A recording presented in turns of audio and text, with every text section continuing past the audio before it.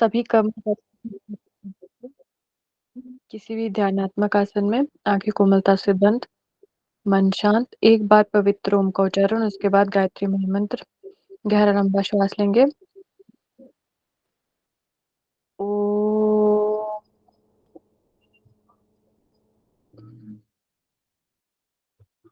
ओम भूर्भुवः स्वः तत्सवितुर्वरेण्यं भर्गो देवस्य धीमहि धियो यो नः प्रचोदयात्। दोनों हाथों का घर्षण करेंगे, हथेलियों को आंखों पर रखेंगे, धीरे से आंखें खोलेंगे। सभी को हरिओम। थैंक यू साक्षी जी। सभी को हरिओम प्रणाम। चलिए आज से की कक्षा प्रारंभ कर। कल हमने बहुत इंपॉर्टेंट टॉपिक देखा था, ठीक है। मेधा जी बताइए कल हमने क्या देखा था, कौन सा टॉपिक पढ़ा था हमने कल? सर कल हमने 2 टॉपिक्स कवर किए थे। एक में हमने देखा था कि योगी का कुटीर कैसे होना चाहिए, और दूसरे में देखा था साधक और बाधक तत्व क्या होते हैं और उनका अर्थ क्या है। ठीक है, आप कुटीर के जो लक्षण है, ठीक है, वो बता दीजिए एक बार। सर उन्होंने कहा था कि जो कुटिया है वो धनुर की डिस्टेंस जितनी, मतलब 4 क्यूबिक मीटर दूर होनी चाहिए पानी से, वाटर सोर्स से और कोई भी पत्थर से। फिर उन्होंने कहा था उसका द्वार जो होना चाहिए वो बहुत बड़ा भी नहीं होना चाहिए, बहुत छोटा भी नहीं होना चाहिए और बहुत लंबा भी नहीं होना चाहिए। फिर उन्होंने बोला था कि जो काउडंग है यानी कि गाय का जो गोबर है उससे उसकी लिपाई होनी चाहिए ताकि कोई इंसेक्ट ना आ पाए, उसमें कोई होल्स नहीं होने चाहिए। फिर कहा था कि मंडप होना चाहिए, चौतरा होना चाहिए और कुआं होना चाहिए। ऐसा सब बोला था उसमें, और भी 1-2 पॉइंट्स है, फिर मेरे को याद नहीं आ रहे।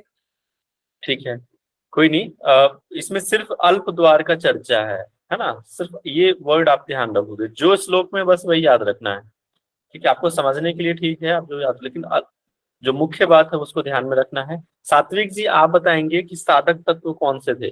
साधक तत्व सर साधक तत्व है उत्साह, उत्साह सहसा धैर्यात् तत्व ज्ञानाच्च निश्चयात् जनसंग परित्यागात् षड्भिर्योग वो प्रसिद्ध्यति। प्रसिद्ध है।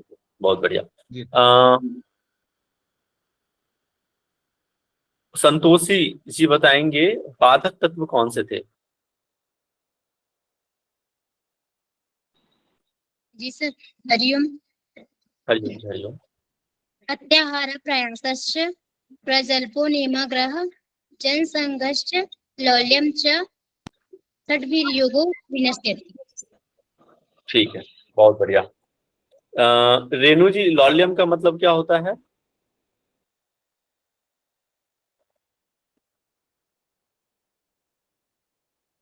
रेणु, गौरव बताइए। गौरव,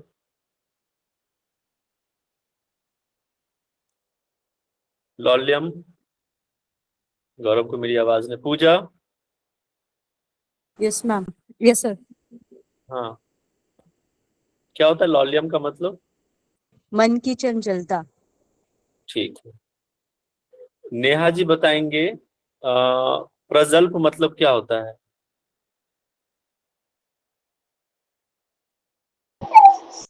सर अधिक भोजन करना। क्या क्या? मन की चंचलता। प्रजल्प, प्रजल्प। अनुराधा जी बताइए। सर अनावश्यक बहुत सर, बोलना प्रजल्प। अधिक बोलने वाला। हाँ, ध्यान दीजिए, ये सब छोटे छोटे टॉप चीजें हैं, ऐसे मत करो आप। चलिए हम इसके आगे देखते हैं। आज का जो टॉपिक है, आज हम एक आसन में जा रहे हैं। उससे पहले एक छोटा सा टॉपिक है। देखो ये इतना इंपॉर्टेंट तो नहीं है, लेकिन ध्यान में रखना है क्योंकि ये श्लोक में नहीं दिया गया है, ये अलग से ऐड करके दिया गया है। अब क्या है वो है, मैंने आपको होमवर्क दिया था, याद है किसी को? क्या हम लोग को होमवर्क दिया था हमने? यम नियम। यम नियम। यम नियम। अकॉर्डिंग टू हठ पर दीपिका, है ना। इसमें देखो श्लोक में नहीं है इसलिए बहुत ज्यादा इंपोर्टेंट नहीं है, लेकिन फिर भी आप इसको याद कर लो। आप जब वशिष्ठ संहिता पढ़ोगे ना, वहां पे दिया हुआ है। इसमें एक छोटा सा बड़ा मेजर मिस्टेक है। किसी को पता चला है वो मिस्टेक क्या है? पहले देख लेते हैं क्या क्या यम नियम, पहले देख लेते हैं। हेलो पहले देख लेते हैं। हाँ जी। सर, वो तप है ना, 2 बार आया है। तप के ठीक है, बदले ठीक जप चाहिए ठीक था। ठीक ठीक ठीक, ओके ओके। चलिए आज हम थोड़ा देख लेते हैं पहले यम नियम। कौन कौन से हैं यम नियम? कहाँ गया?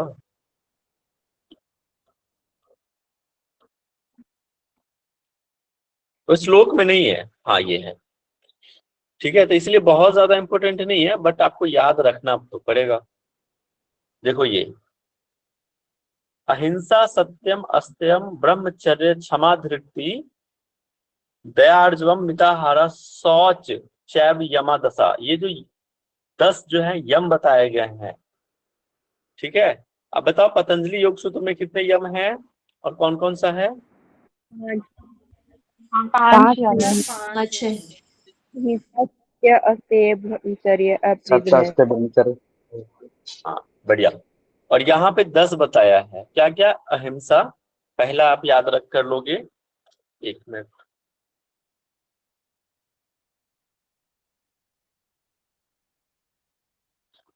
अहिंसा, दूसरा है सत्य अस्त्य। अस्त्य का मतलब क्या होता है, किसी को पता है? क्या पढ़ा आपने? चोरी। हाँ जी। चोरी न करना। ब्रह्मचर्य, चोरी न करना। ब्रह्मचर्य, नॉन स्टीलिंग। नॉन नहीं, स्टीलिंग। ठीक ठीक ठीक। ब्रह्मचर्य तो पता है, क्षमा ईश्वर को धृति उपासना का करना, मतलब। वीर की रक्षा करना। सर इसके अंदर जो आपने कल बोला था, उसके अंदर सीक्वेंस का गड़बड़ है सर। वहाँ पे जो है वो वहाँ पे जो क्षमा पहले है, धृति वहाँ पे पहले है और इसके बाद क्षमा बाद में है। किसमें? सर वशिष्ठ संहिता के वहाँ पे हाँ, जो है धृति पहले है, क्षमा बाद में। सीक्वेंस में डिफरेंस हो सकता है, बट है तो यही ना। सर वो आपने बोला था ना कि क्या डिफरेंस है, तो मैं इसलिए अभी बताया। अभी एक और मेजर डिफरेंस आपको मिलेगा, अभी आगे मिलेगा, है ना। धृति, धृति का मतलब बताओ क्या होता है? धैर्य। धैर्य धारण कर, यहाँ से ऐसे भी। दया आर्जव, आर्जव का मतलब बताओ क्या होता है? सरल होता है सर। विनम्रता। सरलता कोमलता। ठीक है, दया आर्जव जब अन्वय करके तोड़ोगे ना, तोड़ तोड़ के पढ़ोगे तो समझ में आ जाएगा। मिताहार शौच, शौच यहाँ पे आपका इनर क्लिंजिंग और आउटर क्लिंजिंग दोनों से है। ठीक है, मन का मैल भी धुलना चाहिए, ये भी शौच के अंदर ही आता है। और फिर जो भी हम स्टूल ये सब यूरिन पास करते हैं वो भी शौच, वो भी क्लिंजिंग से है। चैव यमा दशा, ये 10 जो है यम बताया गया है। इसको आप याद कर लोगे, श्लोक याद कर लो, वेल एंड गुड। अदरवाइज आप ये याद कर लेना, इम्पोर्टेंट है। सर दया मतलब क्या बोले आपने? दया जब मतलब काइंडनेस, दया मतलब होता है काइंडनेस। ठीक है, आर्जव अलग है, दोनों को अलग करके तोड़ना है। संधि विच्छेद कर दो ना, अन्वय कर लो, दोनों को अलग अलग करो। दया और आर्जव, आर्जव का मतलब होता है सरलता, कोमलता, सॉफ्टनेस, ये चीजें। ठीक है, तो ये हो गए 10 यम हो गए। इसको आप याद कर लोगे। वशिष्ठ संहिता जब आप पढ़ोगे तो वहां पे भी यही 10 आपको पढ़ने होंगे, वहां श्लोक में है। यहाँ पे श्लोक में ना देखे अलग से दिया गया है, इसलिए बहुत इंपॉर्टेंट नहीं है, लेकिन इंपॉर्टेंट है, नेग्लेक्ट नहीं कर सकते आप। इसके बाद आता है का मतलब क्या है? सोचम और होता है शौच चैव, और च लगा हुआ है ना, और शौच। जब आगे च लगता है ना तो और पहले उसको करते हैं कि और शौच। ये क्या है? यम है, यमादश। ये 10 यम बताए गए हैं। च एब होता है, देखो इसको जब आप अन्वय करोगे ना चैब को, तो च प्लस एब। ठीक है, च मतलब होता है और, और ये मतलब ये बताया गया है, ये 10 यम बताया ही गया है। होता है सर, ये चारों मतलब ही यम है, ये ही होता ये है।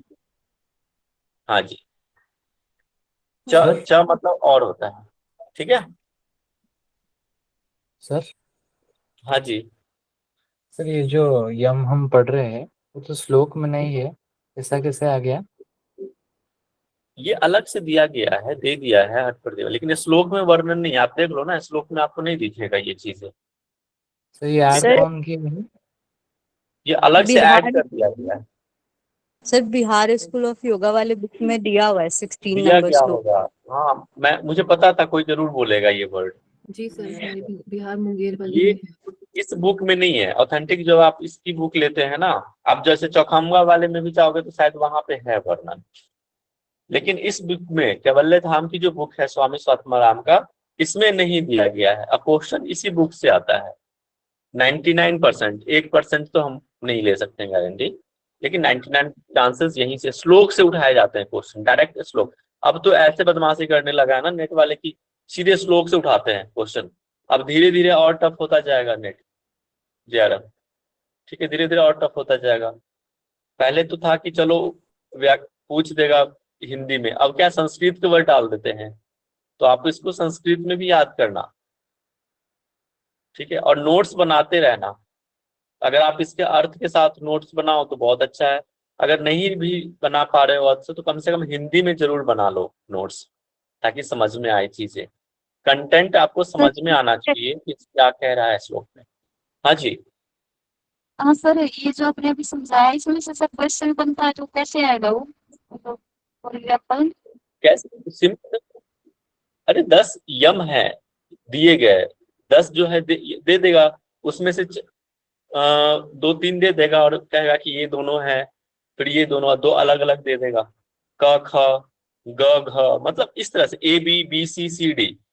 अब उसमें मैच करो, मिलाओ, या इनमें से कौन नहीं है, 4 दे देंगे और 5वां दे देगा कि अलग कुछ और दे देगा। अब पूछ देगा कि इनमें से हठ प्रदीपता के अनुसार इनमें से कौन से यम नहीं है, तो आपको 10 याद होंगे तभी तो, समझ रहे हैं। जी सर। फिर यम और नियम करके मिक्स करके भी दे सकता है क्वेश्चन, समझ रहे हैं। 3 दे देंगे यम और एक चौथा दे देगा नियम, और फिर पूछ देगा कि इसमें से कौन सा नियम है, तो आपको दोनों याद होना चाहिए। अब हम नियम को देख लेते हैं कि नियम क्या होता है। नियम देख लेते हैं फिर पूछ लेना, ठीक है, हम भी यही हैं। देखो तप संतोष, अच्छा पहले ये बताओ पतंजलि योग सूत्र में कौन कौन से नियम है? सर 5 है, सोच, कौन सा है? संतोष तप संतोष सॉरी शौच, संतोष, तप, स्वाध्याय, ईश्वर प्रणिधान। हाँ, संतोष तप स्वाध्याय ईश्वर परिधानानि। ठीक है, ऐसे एक एक करके बोलो ना, मछली बाजार नहीं बनाना है। शौच संतोष तप ठीक ईश्वर प्राणिधानानि नियमाः। ठीक है, तो ये थे पतंजलि योग सूत्र के अनुसार। अब हम यहाँ पढ़ते हैं हठ प्रदीप का क्या है। तप संतोष आस्तिक्यम दान ईश्वर पूजनम, है ना, इसको अन्वय करके करोगे तो दान ईश्वर पूजनम सिद्धांत वाक्य श्रवणम ही मति च तपोहुतम। देखो ये तपो जो है ना 2 बार आ गया, इसी की बात मैं कह रहा हूं। यहाँ पे जब आप वशिष्ठ संहिता देखोगे तो वहां पे तप की जगह ना जप लिया हुआ है, जपो, तो मे बी यहाँ पे मिस्टेक हुआ होगा, क्योंकि 2 बार तो हो नहीं सकता, ठीक है, तो यहाँ जप होना चाहिए। तो देखो ही का मतलब क्या होता है बताओ कोई? लज्जा, ठीक है, ही का मतलब होता है लज्जा, याद कर लेना, लिख लेना ये सब चीजें, लज्जा, ठीक है। और बाकी तो पता ही आपको। हुतम, हुतम का मतलब होता है हवन, ठीक है। ये सारे चीज नियम बताए गए हैं अकॉर्डिंग टू हठ प्रदीपिका, ठीक है। ये क्लियर है यम नियम? बताओ, फिर हम आगे बढ़ेंगे। बहुत इंपॉर्टेंट टॉपिक आगे हम देखने जा रहे हैं। सर एक क्वेश्चन था, यम एक बार और बता दीजिए। ये क्वेश्चन है। नहीं सर, क्वेश्चन ये है कि सर इसमें लिखा है कि ये जो है ये योग के साधक तत्व है, तो उधर पे ऊपर रेफरेंस दिया है 45 और इधर 45 में केवल यम नियम का वर्णन है, तो जो वो साधक तत्व है वो सिर्फ यम नियम के साधक तत्व है या मतलब? अरे ना ना ना ना, उससे वो अलग है, ये अलग है। Okay sir. उससे क्यों जोड़ रहे हो आप? वो अलग है। सर रेफरेंस दिया था ऊपर 45 ना ना लिखा ना था ना इसमें। ना ना ना, वो अलग चीज है। ये नंबर भले दे दिया, ये मत देखो आप, ये मत देखो। ठीक है सर। ठीक है, लिखा हुआ ना इसके बाद, है ना, ये बताया गया है। सर नियम एक बार और बताइए ना। नियम देखो, नियम बताया गया है 10। कौन कौन सा? तप, देखो तप यार मार्कर कहाँ गया? देखो पहला है तप, कहाँ से लेते मार्कर? देख लेते हैं।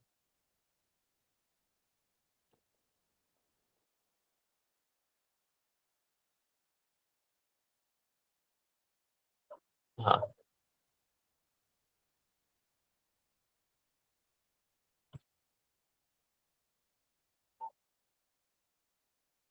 चलो देखो, पहला बताया है तप, दूसरा संतोष, आस्तिक्यम, दान, ईश्वर पूजनम, सिद्धांत श्रवण वाक्यम, ही मति च तपोहुतम।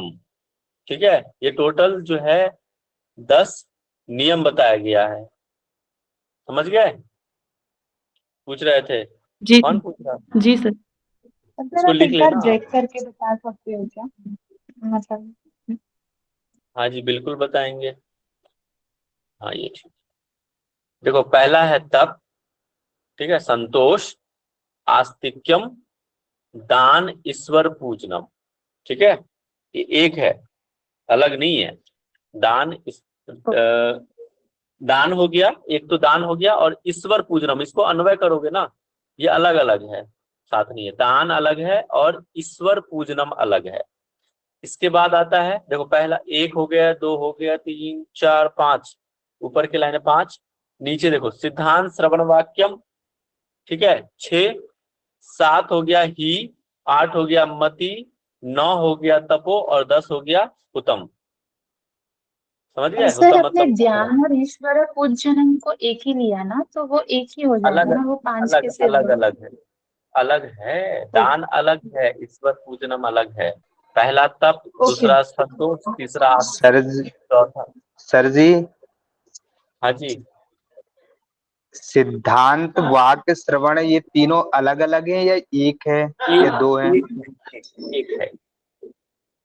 सिद्धांत वाक्य श्रवणम एक है। ओके आप सर, जैसे ओके। तो आप एक समझ लो कि ये सत्संग में जैसे प्रवचन सुनते हैं ना, उससे लिया ये है। ठीक है, और ही का मतलब होता है लज्जा, मति मतलब बुद्धि, च हुतम, तप मतलब तो पता है, हुतम मतलब हवन। ठीक है, सर क्लियर है? आस्तिक आस्तिक में किसी भी आसक्ति ना होना। हाँ ठीक है, क्लियर है? आगे बढ़े। लास्ट तत्व कौन क्या है? सर हेलो हाँ जी हाँ जी। सर, सिद्धांत वाक्य और श्रवण ये दो है ना? नहीं नहीं, सारे ये एक है। सिद्धांत वाक्य श्रवणम एक है। ध्यान से सुनिए, मैं तो एक ही बात बोलूंगा, अच्छा। है ना। सिद्धांत वाक्य श्रवणम एक है। अब क्या बता दूं? सर आस्तिक्य, इसकी आस्तिक मीनिंग क्या है सर? सिद्धांत वाक्य आस्तिक्य श्रवणम का मतलब? में वो नहीं, आसक्त नहीं होना, उसी को कहते हैं आस्तिक्य। सॉरी सर सर, आस्तिकता नहीं होगा, आस्तिक्य का मतलब ईश्वर के प्रति आस्तिकता। वेदों को मानना। वो भी हो सकता है, भी हो सकता है। मतलब है ये वेदों को मानना, विश्वास होना, हाँ वो भी, वेदों में सब में विश्वास होना। आस्तिक और नास्तिक, हाँ सही कह रहे हैं। एक होता है ना कि आप नास्तिक होना, और एक आस्तिक होना, सर मतलब भगवान में विश्वास। दर्शन में है ना, आस्तिक दर्शन नास्तिक दर्शन, वेदों हाँ को जी हाँ मानने जी, वाले। वही वही ठीक है, वेदों के अनुसार चलना। चलना सही बात है।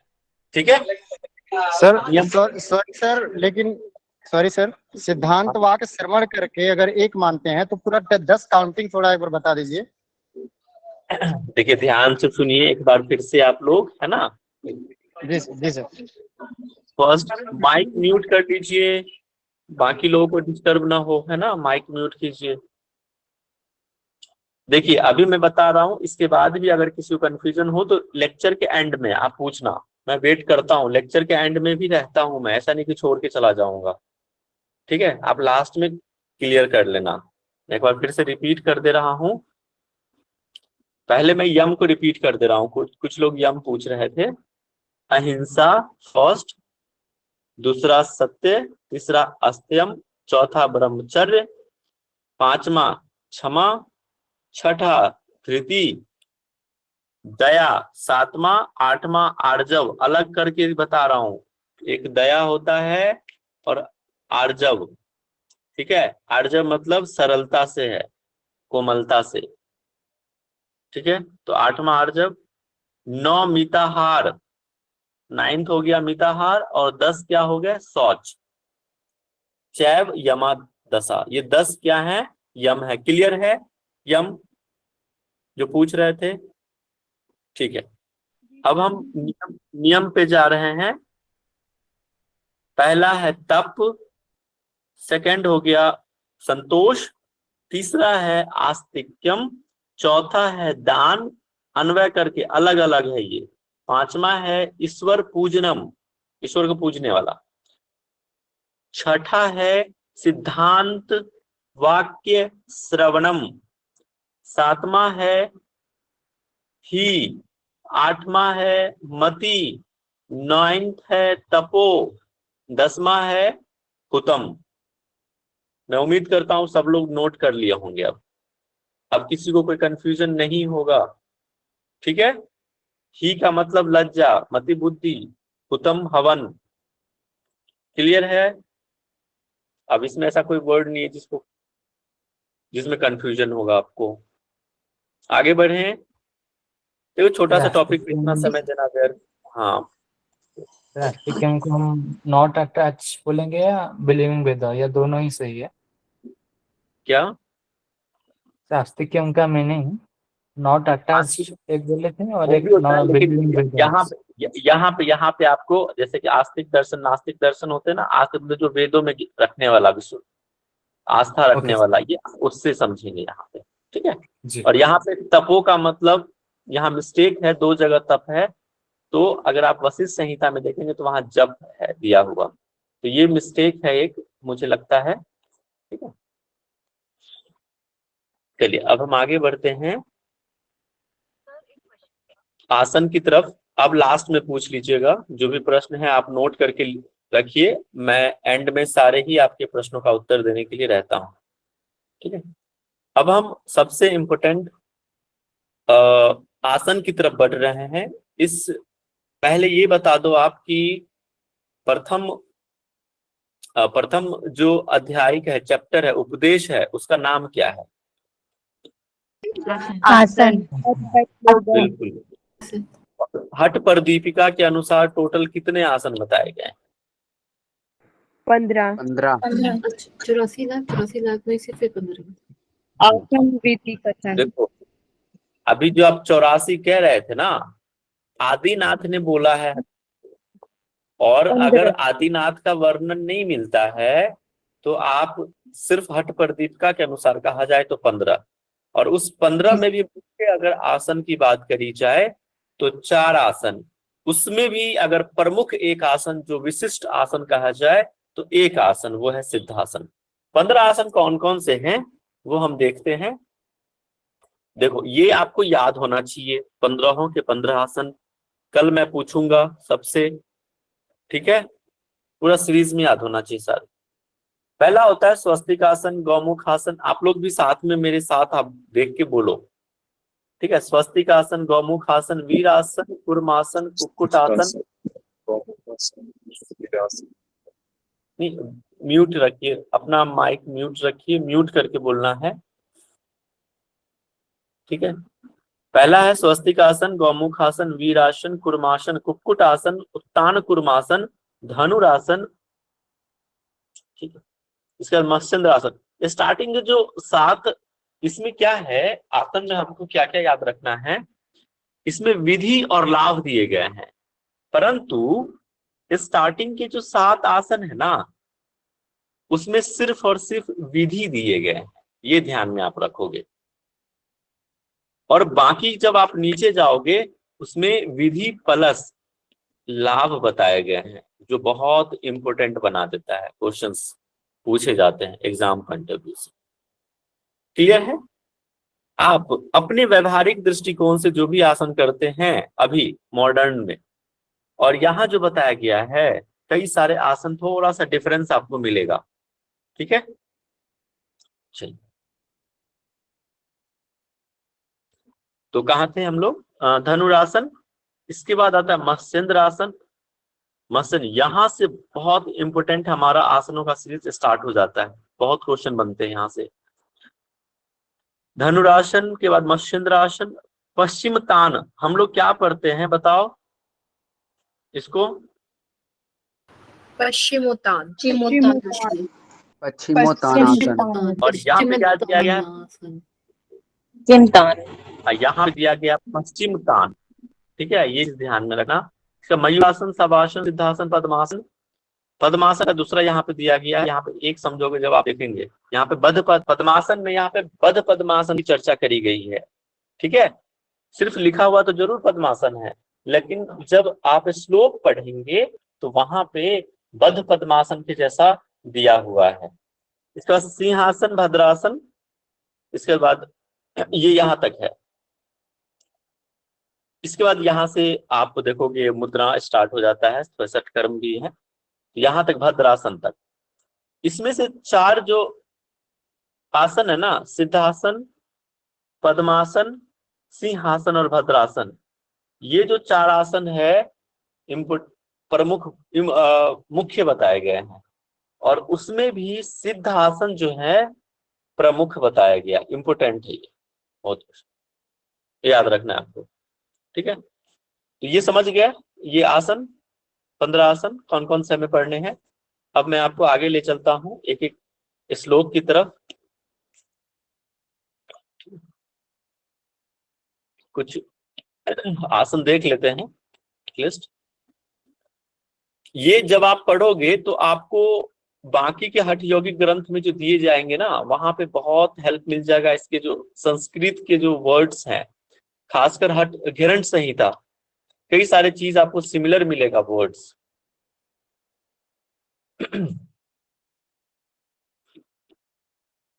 अब देखो यहां से स्टार्ट हो रहा है।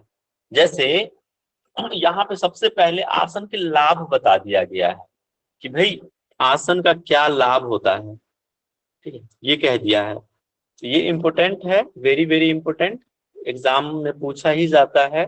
स्टार मार्क कर रहा हूं तो समझ जाना कि बहुत इंपॉर्टेंट है, इसको नोट कर लेना। और 17 नंबर से ये आपको याद होना चाहिए, 17 नंबर से स्टार्ट हो रहा है हमारा आसन। श्लोक देखते हैं। हठस्य प्रथमांग गत्वादासनम पूर्व मुच्यते कुर्यात दासनम स्थैर्यम आरोग्यम च लाभ।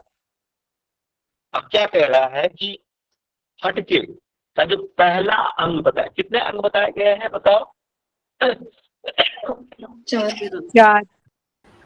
4 अंग है। और चौथे अंग का सबसे पहला जो अंग देखो, यहाँ स्पष्ट वर्णन है, स्पष्ट जो है वर्णन है कि प्रथम हठ योग का सबसे पहला जो अंग है वो आसन बताया गया है, ठीक है। पूर्व मुच्चल सबसे पहले आसन का जो है निरूपण किया गया है, ओके। कुर्यात दासनम स्थैर्यम आरोग्यम च लाघवम। और इस आसन के करने से, कुर्यात आसनम, इस आसन के करने से क्या मिलता है? स्थैर्यम स्थिरता, आरोग्यम मतलब आरोग्य का मतलब क्या होता है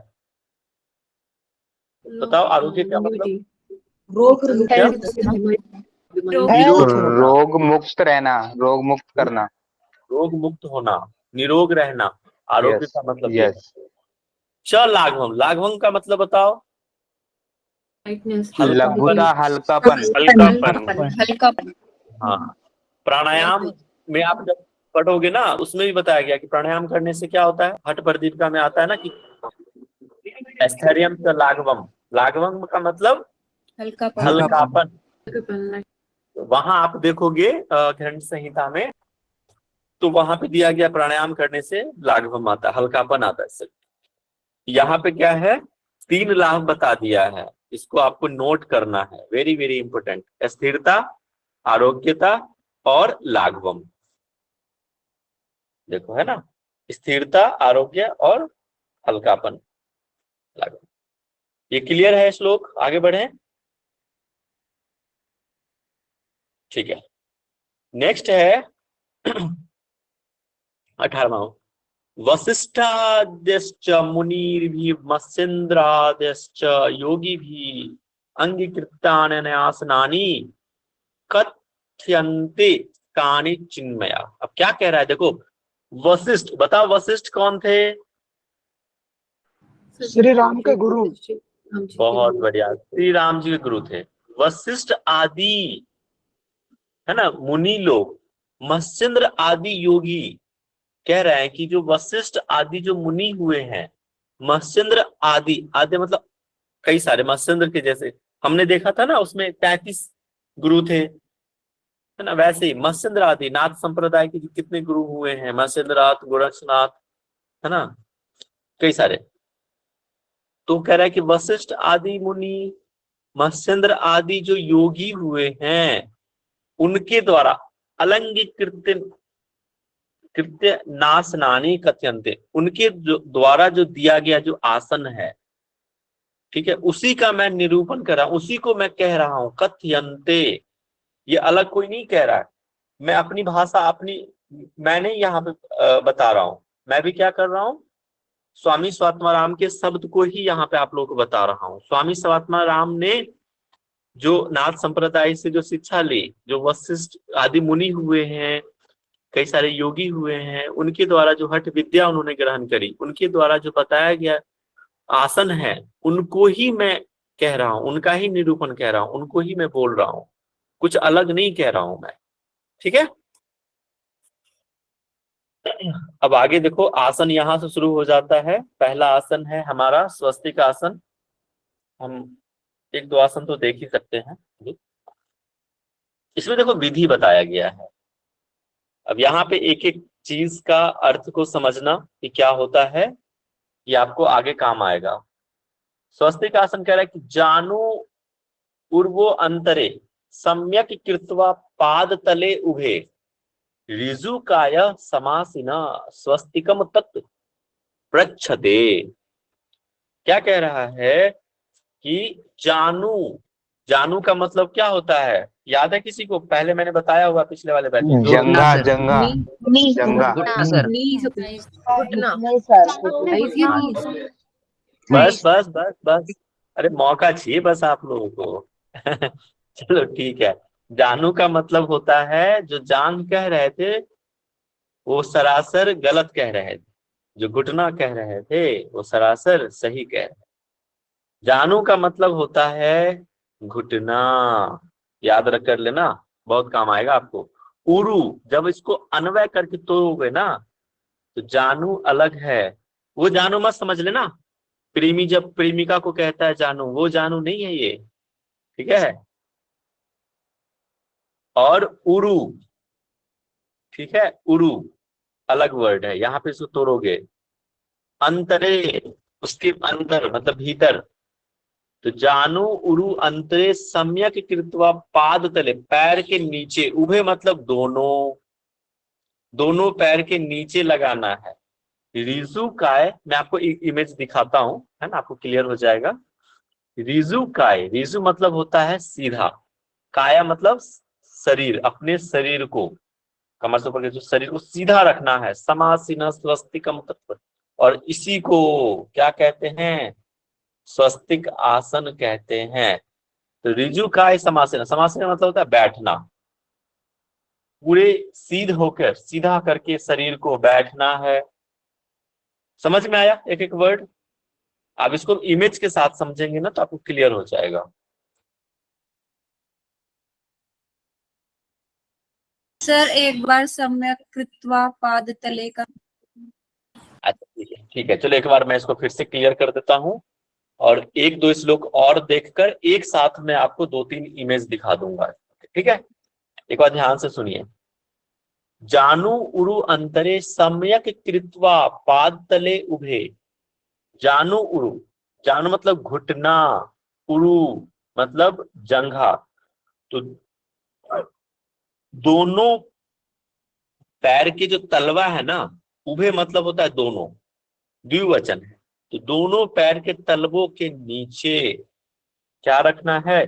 घुटना और जांघ के बीच, घुटना और जांघ के अंतर में, मतलब उसके बीच में पैर को रखना है। पैर मतलब तलवा को रखने के लिए बात कह रहा है।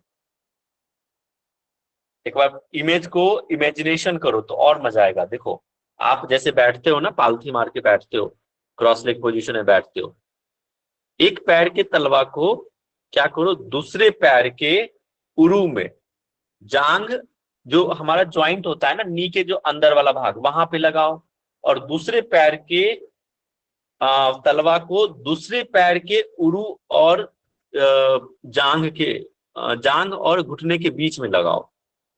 ठीक है, उसी को कहते हैं स्वस्तिक आसन। और पूरी बैठना है और कमर गर्दन बिल्कुल सीधा करके बैठना है। ठीक है, इमेज आपको दिखाऊंगा, क्लियर हो जाएगा। ठीक है, क्लियर है? जो पूछ रहे थे इसका मतलब समझ में आया ना आपको, जो जो वर्ड यहाँ पे दिए गए? जी सर।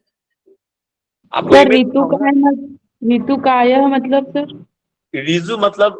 रिजु मतलब सीधा होता है, सीधा। काय मतलब शरीर, काया शरीर। समासीना मतलब बैठना। ठीक है, सीधा रहकर, शरीर को सीधा रखकर बैठना।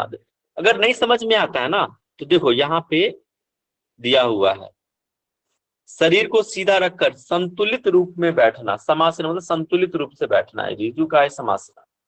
और एक और चीज देखो यहाँ पे ना तोड़ तोड़ के दिया हुआ है,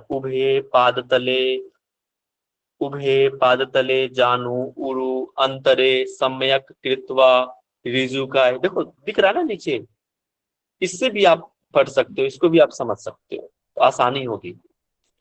चलिए हम आगे बढ़ते हैं। सेकंड है गौमुख आसन। देखो गौमुख आसन क्या करते हो, कैसे करते हो? एक पैर को जैसे गौमुख के समान आकृति बनाते हैं, एक घुटना दूसरे घुटने के ऊपर, जो पैर ऊपर है वही हाथ ऊपर ले जाते हैं, और दूसरे हाथ को नीचे से ऊपर की तरफ ले जाके फिंगर्स को इंटरलॉक करते हैं। ऐसे ही करते हो ना? Yes sir.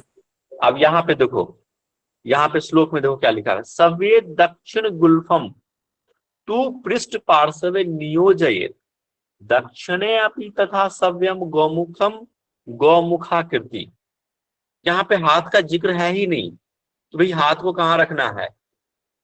पैर की जिक्र है, पैरों को कह रहा है कहाँ रखना है। सव्य दक्षिण, दक्षिण मतलब बताओ क्या होता है? राइट होता है सर, राइट। राइट। गुल्फ का मतलब क्या होता है? टखना, एरी। हाँ ठीक है, एरी। तो दाएं एरी को पृष्ठ पार्श्व पीछे रखना है, नियोजित रखना है। दक्षिणे अपि तथा सव्यम गौमुख, वैसे ही दूसरे पैर के एरी को पीछे मतलब क्रॉस करके रखना है। तथा सव्यम गौमुख, दोनों को क्रॉस करके अपने दाहिने पैर को लेफ्ट साइड और लेफ्ट पैर को राइट साइड कमर के भाग में, हिप के पास रखने की बात कह रहा है। ठीक है, तू पृष्ठ पार्श्वे, पृष्ठ मतलब पीछे है ना, पार्श्व मतलब बगल में, पार्श्व दृष्टि कहते हैं ना, पार्श्व मतलब होता है बगल, पृष्ठ मतलब पीछे, तो पीछे रखना है पार्श्व पैर को। ठीक है, और कैसा आकृति बनेगा? गौमुख के जैसा आकृति बनेगा, इसी को कहते हैं गौमुख। क्लियर है? सर सव्य का मतलब क्या है? क्या सव्य फर्स्ट वर्ड मतलब है एक उसका दूसरे, सव्य। अरे सव्य मतलब कि एक पैर को दूसरी तरफ, दूसरे पैर को दूसरी तरफ, है ना, इस तरह से। दाएं एरी को, ठीक है, सव्य दक्षिण गुल्फम टू पास्ट पृष्ठवे। देखो ना, अगर नहीं समझ में आए तो हिंदी भी पढ़ लेना। दाहिनी एरी को कटी के वाम भाग में, कटी मतलब होता है कमर, कमर के बाईं तरफ वाले भाग में, दायां को बाईं तरफ ले जाने की बात कह रहा है, तथा उसी प्रकार बाएं को दाएं भाग में रखकर। अभी बताया ना मैंने कि सव्य भाग मतलब होता है कि दाहिने को बाईं, बाईं को दाएं, एक दूसरे के अपोजिट साइड रखना, ठीक है। और आपकी आकृति कैसी हो जाएगी? गौ के मुख के समान आकृति हो जाता है। घुटनों को देखना आप, गाय के मुख के समान रहता है, इसीलिए इसको गौमुख कहता है। और हाथ का जिक्र ही नहीं है ना, कि हाथ आपको कहाँ रखना है। चलिए वीरासन, वीरासन, आप वीरासन जब आप पढ़ोगे तो आपको स्मरण आएगा अर्ध पद्मासन की स्थिति, ठीक है। अर्ध पद्मासन पता है ना कैसे होता है? एक पैर को दूसरे जांघा पे, उरु पे रखना, है ना। आप देखो, एकम पादम, ठीक है, एकम पादम एकस्मिन उरु विन्यस्येद उरु स्थिरम इतर स्मितता चोरु विरासन मितिगतम। इसको अन्वय करके पढ़ोगे, नीचे भी दिया हुआ है तो आपको इजीली समझ में आ जाएगा, है ना, तोड़ तोड़ के पढ़ोगे तो। कि एक पैर को दूसरे पैर के उरु पे रखना, मतलब जांग पे रखना है। बताया ना, उरु का मतलब जांग होता है, विन्यास से मतलब रखना, एक पैर को दूसरे पैर के जांग पे स्थिर रखना है, ठीक है। और इतर अस्मित चोरु विरासन मित्रम, और इसी को क्या कहा है? विरासन कहा गया है, ठीक है। और दूसरे पांव को अन्य जंघा के नीचे रखने की बात है। इतर स्मित हाँ, और दूसरे पैर के जंघा को देखो, ये देखो मैं सर्कल कर रहा हूं, इसको जब आप तोड़ोगे ना तो च और उरु, और दूसरे पैर के जंघा को, ठीक है, दूसरे पैर के जंघा को दूसरे पांव के नीचे रखने की बात कह रहा है। जैसे कि अर्ध पद्मासन याद करो आप, अर्ध पद्मासन करते हैं ना, वैसे ही ये वीरासन है। ये यहां तक देखते हैं, इसके बाद इसका हम आपको इमेज दिखा रहे हैं, इसके आगे हम कल देखेंगे कुर्मासन से। ये क्लियर है? श्लोक क्लियर है? ये बताओ।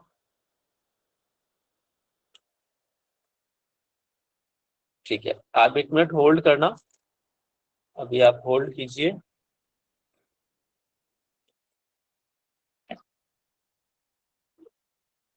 देखो, स्वस्तिक आसन देखा था हमने, क्या था? जानू उरु अंतरे, जानू मतलब घुटना,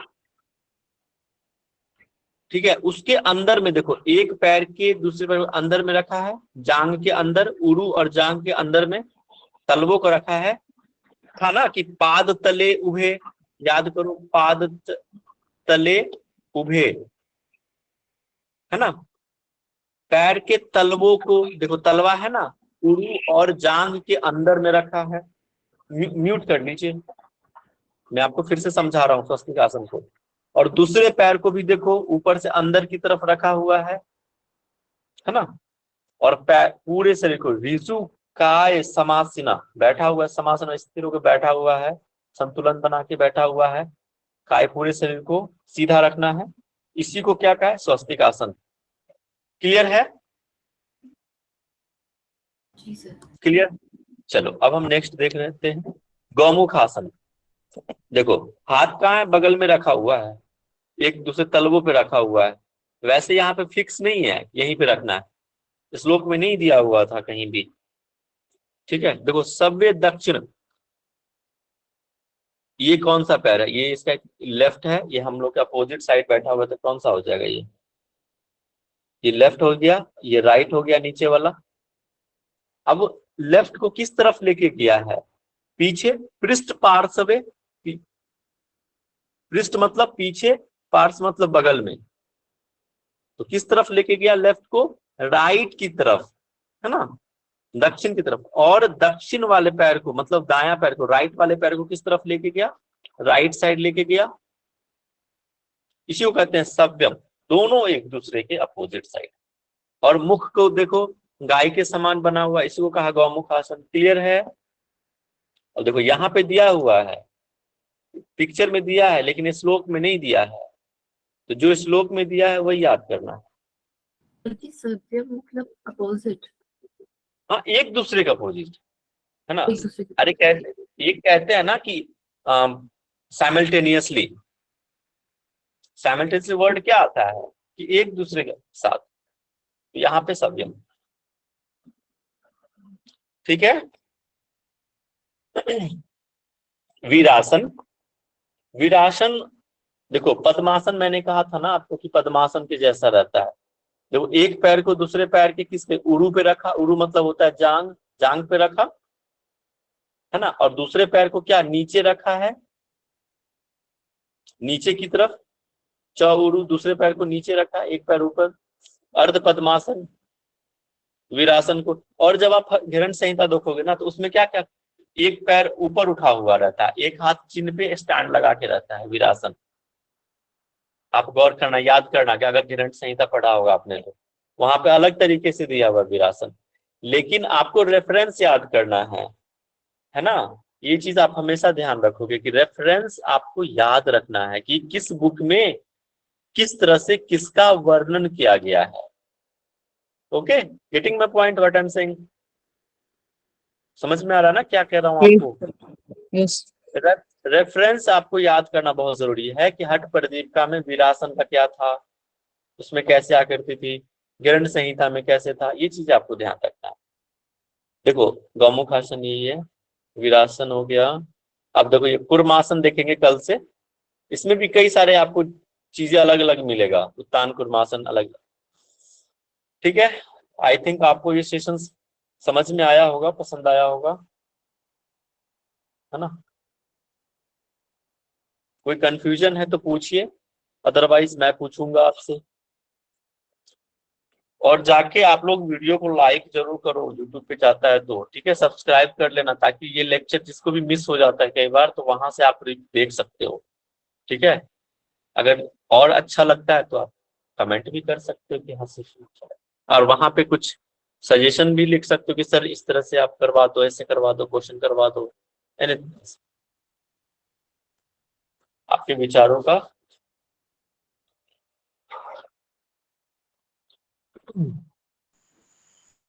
ठीक है जी। अरे आप लोग तुरंत, अभी 44 थे, तुरंत 36 आ गए, आगे जा रहे हैं सब लोग। चलिए मैं पूछता हूँ, इससे पहले आप लोग रुखसत हो जाइए, मैं स्टार्ट करता हूँ आप लोगों से पूछना। चलिए जी, गौरव जी माइक अनम्यूट कीजिए, अभी कोई नहीं जाएगा, ठीक है। अभी मेरे प्रश्नों का उत्तर दीजिए। चलिए, हठ प्रदीपिका के अनुसार कितने आसन हैं? 15। ठीक है, एक दो नाम बता दो, बड़ा खुशी होगी जानकर। स्वस्तिक आसन, गोमुख आसन, कूर आसन, वीर आसन, कुकुट आसन, उत्तान कूर्म आसन, मंडूक आसन, नहीं मंडूक नहीं है, उत्तान कूर्म आसन। ठीक है सर, बहुत चलिए ठीक है, कोई बात नहीं। परिका जी, डॉक्टर परिका जी बताएंगे यम कौन कौन से पढ़े थे हठ प्रदीपिका के अनुसार? हठ प्रदीपिका के अनुसार हमारे पास 10 नियम है और 10 यम है। बता दीजिए कौन कौन से हैं। 10 जो यम है, यम या नियम? यम बताइए, यम यम जल्दी से। अहिंसा, सत्य, अस्ते, ब्रह्मचर्यम, क्षमा, धृतिः, दया, आर्जवम, मिताहारम, शौचम, चैव, यम दशा। बहुत बढ़िया। नेहा जी बताएंगे नियम। माइक अनम्यूट करके फटाफट नियम बताइए जल्दी से। चलो, योग आनंदम। सर मैं बताऊं? सर 2 नेहा है ना। हाँ जी। हाँ सर। अरे तप कोई तो आ जाओ संतोष, यार। आसितिक, आस्तिक दान, ईश्वर पूजन, सिद्धांत श्रवण, ही मति, तप दूतम। ठीक है। योग आनंदम आप बताएंगे कि हठ प्रदीपिका में आदिनाथ के अनुसार कितने आसन है?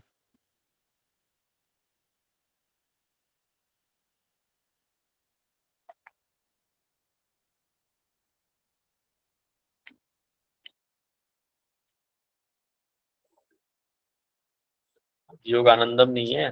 पूनम जी बताइए। हाँ जी सर। प्रमुख आसन बता दो। ठीक है 84। और ठीक है 84 बढ़िया। इसमें से प्रमुख आसन कौन सा है? प्रमुख आसन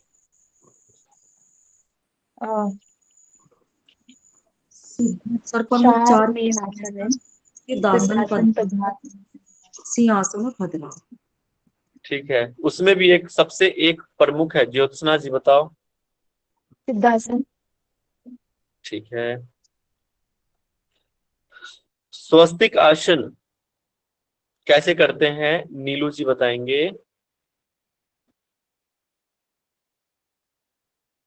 हाँ जी सर।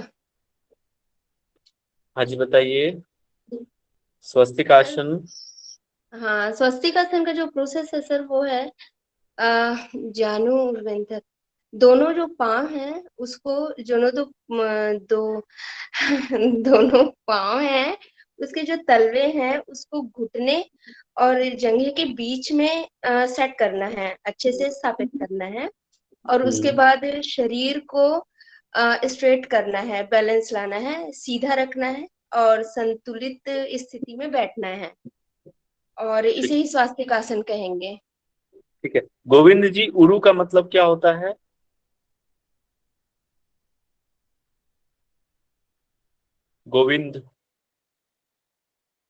गोविंद राजी।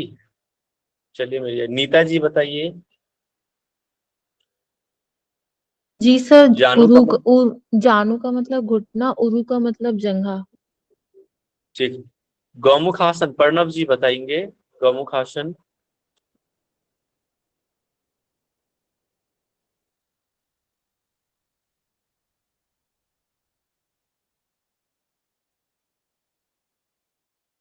ऋतुजा जी गौमुख आसन बताइए आप।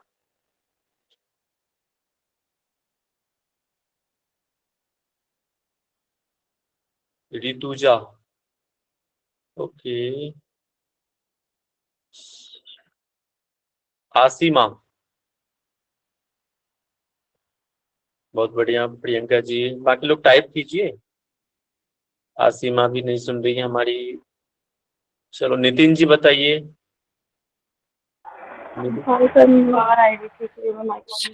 सर दाहिने घुटने को मोड़ के बाई कटी के पास में रखना है और बाई घुटने को मोड़ के पंजे को दाई कटी के पास में रखना है, एक दूसरे के ऊपर। हाँ ठीक है। घुटने को, ठीक है। और इसमें हाथ का पोजीशन कहाँ रखना है? सर हाथ साइड में भी हो सकती है और जो हम ऊपर ले जाके करते हैं वो भी कर सकते हैं, जो एक दूसरे को बैक से पकड़ते हैं। हाँ लेकिन ध्यान रखना है श्लोक में वर्णन नहीं है। वर्णन नहीं है वैसे। जी सर। वीरासन बताएंगे। अंकुर जी बताइए।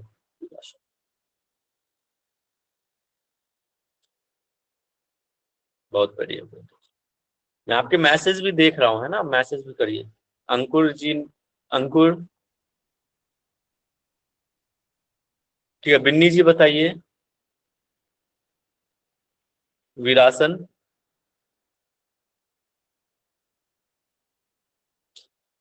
सर इसमें एक पाँव को दूसरी जंघा पर जैसे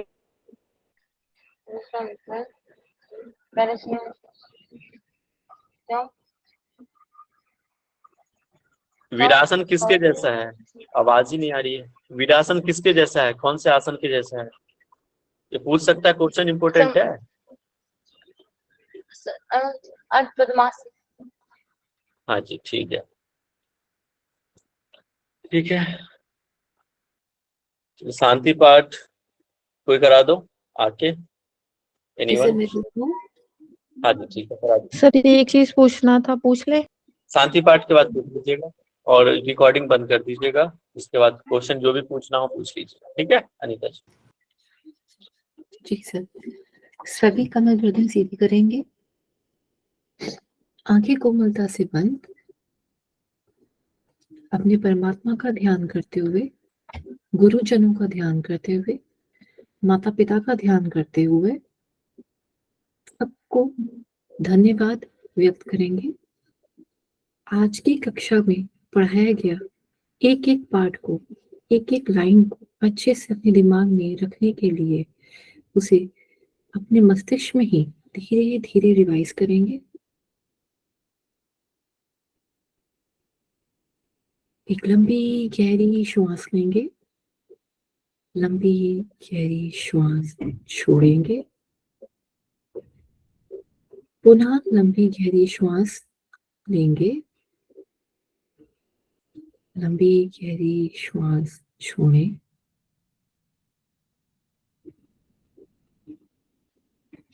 अपने सारे कर्मों को, अपनी विद्या को, सब कुछ परमात्मा को अर्पित कर दीजिए। अपने आप को परमात्मा को समर्पित कर दीजिए। धन्यवाद दीजिए। ओम का उच्चारण करेंगे 3 बार। तत्पश्चात गायत्री मंत्र का उच्चारण करेंगे। ओम का उच्चारण हम अ उ म से करेंगे। अ का उच्चारण नाभि से, उ का उच्चारण हृदय स्थल से और म का उच्चारण कंठ से।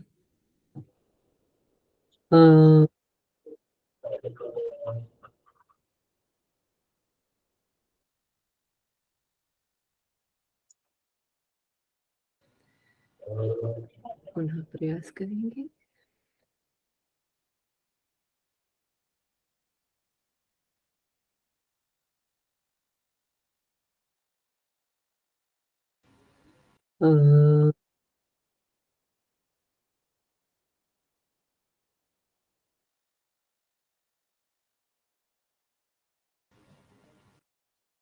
माँ की ध्वनि को अच्छे से महसूस करें। गायत्री मंत्र के लिए माता को नमन करें, मन में ऊर्जा लाएं, गहरी लंबी श्वास भरें और मंत्र का उच्चारण करें। ओम भूर्भुवः स्वः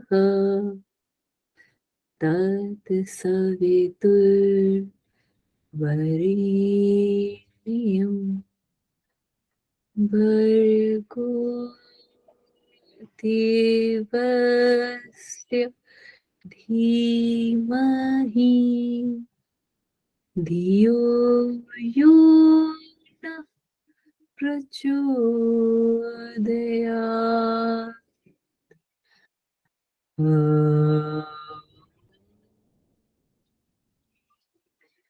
शांति शांति शांति। दोनों हाथों में घर्षण करें। अपने हाथों में आई ऊर्जा को अपने पूरे चेहरे पे अच्छे से ले लें। धीरे धीरे आंखें खोलें। धन्यवाद। ठीक है, थैंक यू। परिका जी, आप यूजुरे जी हैं क्या? जी जी सर जी।